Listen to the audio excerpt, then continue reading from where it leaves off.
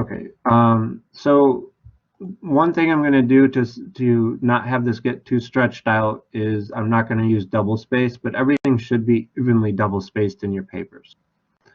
Also, stuff is not a good title, and this is not a good first line in general. It depends. I don't know. Maybe there's some context for that. But so what I want to do is very briefly make in-text or works cited entries. So I'm going to start with very simple ones and then get more complex. All right. So Mr. Anderson. No, it's Lisa. Okay. This one is an article from a website, and it's made up by me. And if any of these are real websites, that's by accident. I'm just making stuff up to show you the format.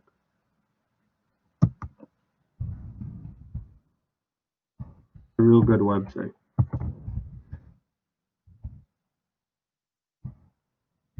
There probably is a real website like that. But if it's horrible, just know that I don't even know. I've never been there.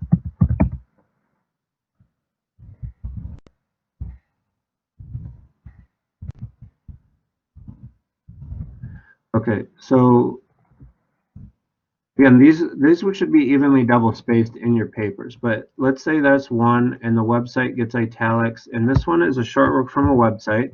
So I've got the 5 things: author, the title in quotes, the title of the website in italics. I don't need sponsor, especially if it's redundant, or if I also have the author. Auto citers, a lot of times they'll have you do sponsor. It's not usually necessary, unless it really adds information about the credibility of where this came from. The date with the month abbreviated except May, June, or July, and the URL without the hyperlink and no https://. There's always a period at the end. That's something you can rely on. Now I'm going to do the hanging indents for this, but let me put in a couple more before I do that. So I want to show all the author situations, and then I want to show you how these, or review how these link up with in-text citations. Because each of these author situations has a different approach for the in-text citations. And your works cited page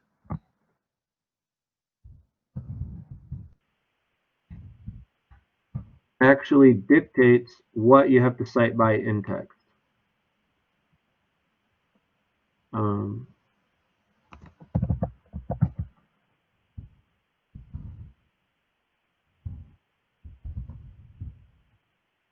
Okay, and then so this one these are both articles. This one has an author, this one doesn't. So let's say there's New York Times, or I'm coming up with this fictional place, New Fork Times, and they have an article that they're a platform for it. It's not by them and about what they do. They were just a platform for its publication, and there's no author listed. So it becomes unknown author. And so you cite starting with the title, you just skip the author. Don't type the words unknown author, anything like that. This one, let's say you go to the website. Yes, Avery. So there are various opinions about whether it's okay to eat fish, and I respect all those opinions.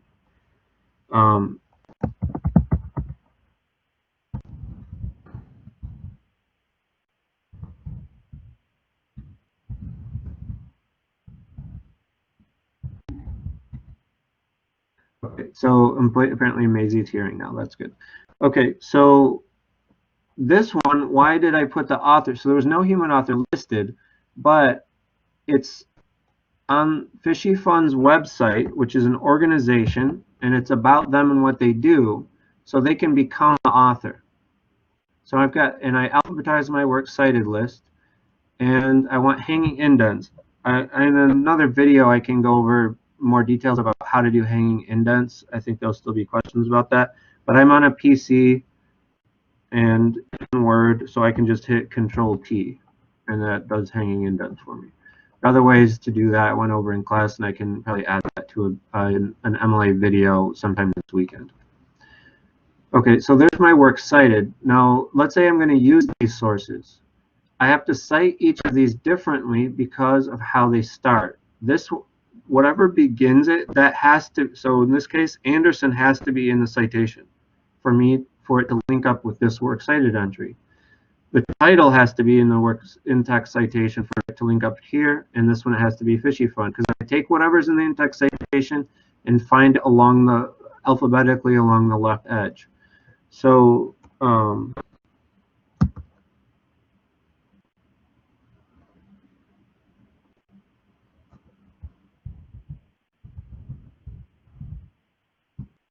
you wouldn't actually have to cite such a thing. It's subjective and common knowledge. So, but anyway, it would look like this. That would be the parenthetical. So I'm going to start with a very simple scenario. So you got one human author. Their last name goes in parentheses if you're just citing parenthetically. And that would be good for paraphrases, not quotes. I'm sorry, Avery. This article from the New Fork Times thinks that they taste good. Doesn't mean you have to eat them, but apparently they did, or they wouldn't know. But okay, so now you'll see this one. There was unknown author, so it starts with the title. That means I have to cite in text by the title. If the title's long, it's fine to shorten it. This one I wouldn't shorten, honestly, but I just wanted to show you how that works.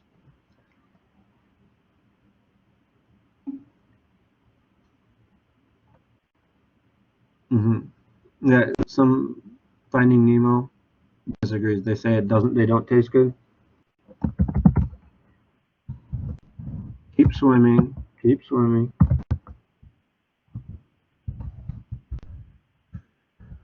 Okay, and then here it starts with fishy fun, so I cite by fishy fun. Okay, that's all pretty simple. Now let's just add one little complexity to it. Let's say this actually had two authors.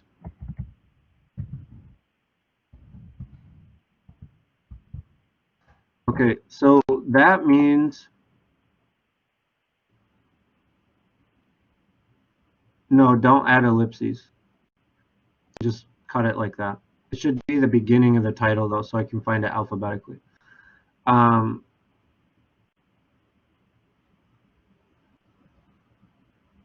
So this now is going to have two authors. Here it's really simple. And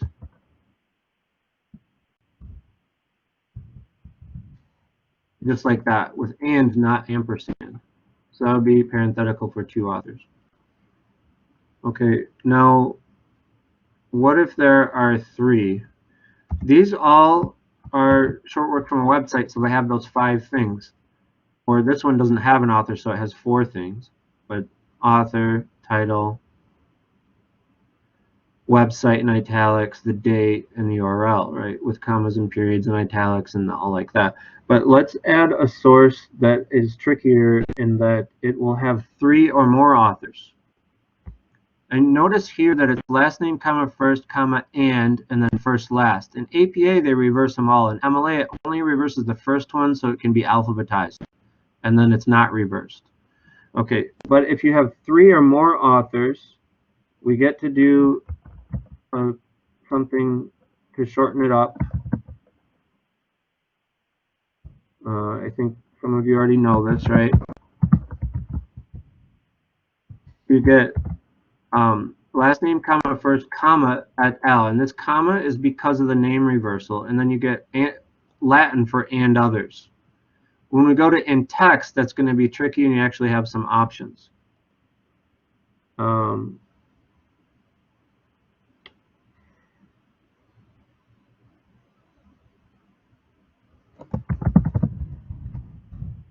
Yeah, just some pretty silly stuff here.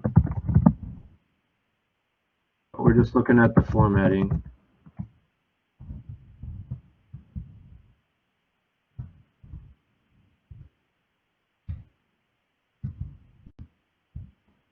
This is a journal article, and it's from a database, supposedly. It's not really, but um, that means I would use section 8, not section 7 of the MLA supersheet, and it's paginated. So we've got 3 or more authors, and it's paginated, which is going to change what it looks like in text.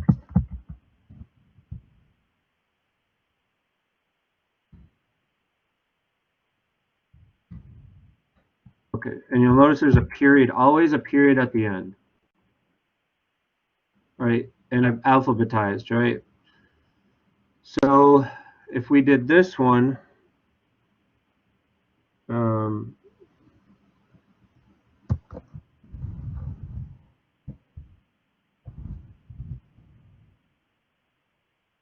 who would have thought?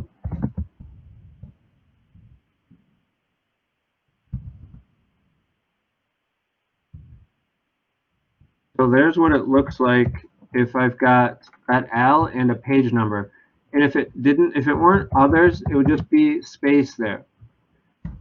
That period is purely as an abbreviation of L, the Latin word for others. That means and, okay?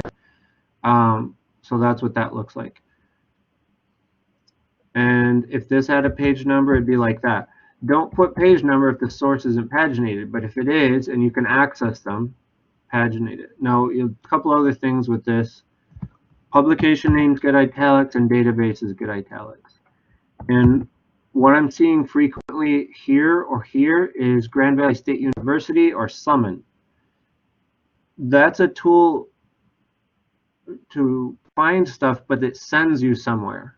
Take the information of where it sends you. This would be database, whether that's Academic Search Ultimate, EBSCO, which is the same thing, JSTOR, Academic OneFile, NCBI, there's gobs of them, okay? That's where the database goes. This is where the publication it was originally published in goes.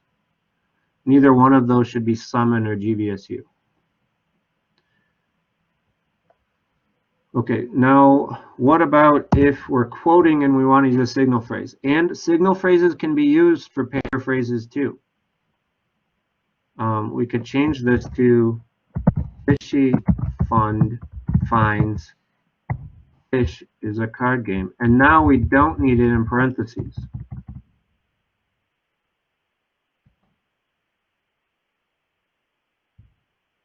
Okay, so that's called alliteration, by the way. Did you know that? Yes, you did know that, didn't you? Okay, but with a quote, I don't want you to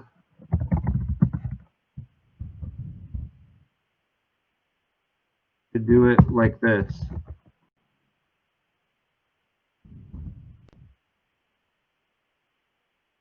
Use a signal phrase with quotes. So with paraphrases, you could either use a signal phrase like this or cite parenthetically.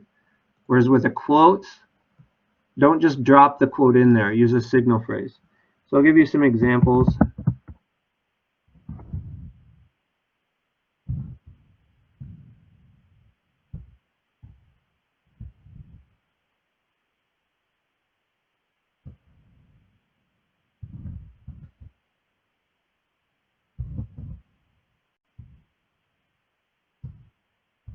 Avery will be okay with that one. You'll notice something. I used first and last name, and I've used both authors, and there's no comma here because it's just a two-part list without the name reversal. This comma is there because of the name reversal. Now it's not reversed, there's no comma. But from then on,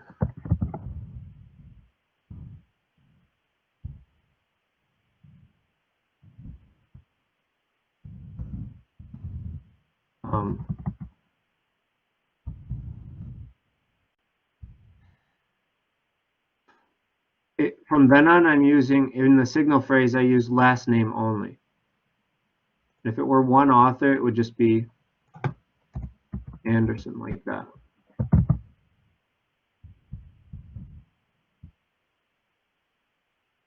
In parentheses, it's always last name only.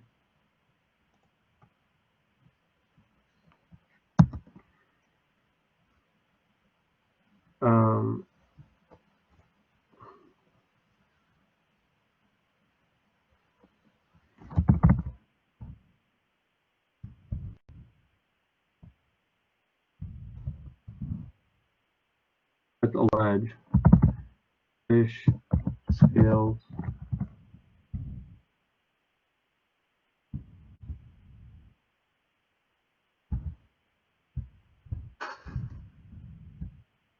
Okay.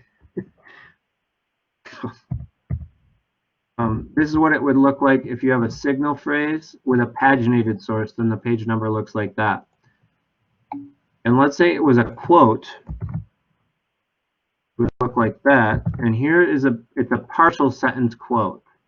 Partial sentence quote does not have comma cap. A full sentence quote does have comma and cap. See how there's a comma and a capital letter there? But on this one, there's not, because the grammar's merged across. It's a partial paraphrase, partial quote. When listing the authors, in here, Cassandra, on the Works Cited page, or like here, if there's more than one. In-text citations, they should be listed how they are in all cases, they're listed how they are in the source. So if this one happens to be alphabetical, but that has a lot to do with, that has to do with the first and second author, which is a sort of an honor.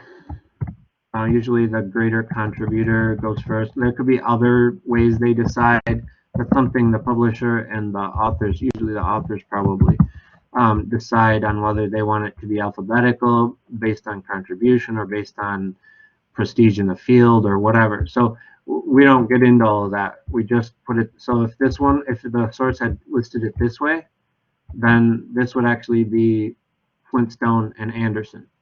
We put it back. So it does not have to be alphabetical. The only alphabetization you would want to do is what's furthest left, but within a source you put it the way they have it. If it's many authors, it's just the first author and then add out.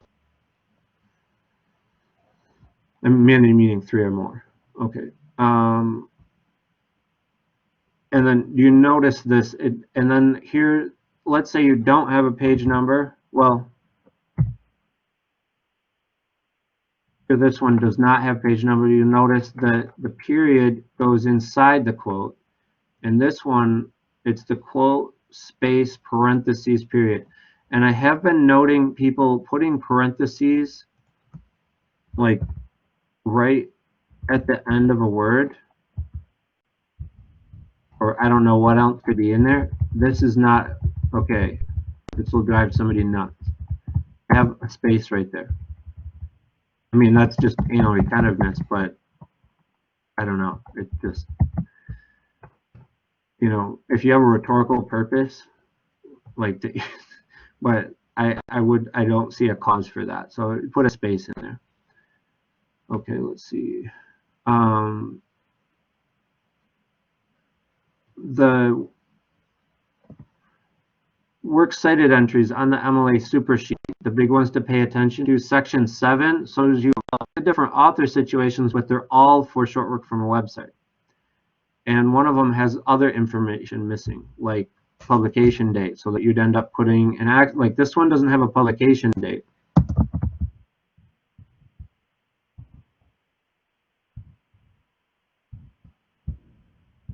If there's no publication date, let's say we looked at it yesterday, then you can put an access date like that. There's no publication date. And there could be unknown author. You can put a sponsor in here, but if it's redundant with the source, it's not really needed. If it's a more obscure website name, but the sponsor is well known, then that's when you might put a sponsor if there's no unknown author, or in any case. But otherwise, I'm going to say no. Now, this right here is me. MLA actually wants you to put back, English words. So here you put Latin and here you put English. But I don't buy it. And you're not going to get in any trouble for doing that. I have been seeing people put, this is actually APA, has it in both places. APA also calls for dates in text, but MLA does not. So the date just goes in the works cited entry, not in the citation. Yeah. So I don't know if he actually said this, but I can only imagine he must have, right? Let's say you found in the Anderson, you're reading the Anderson source, and there's a quote of Jordan Peele and you want to use that quote, but you can't cite Peele because that wasn't the author of the source. So you put quoted in.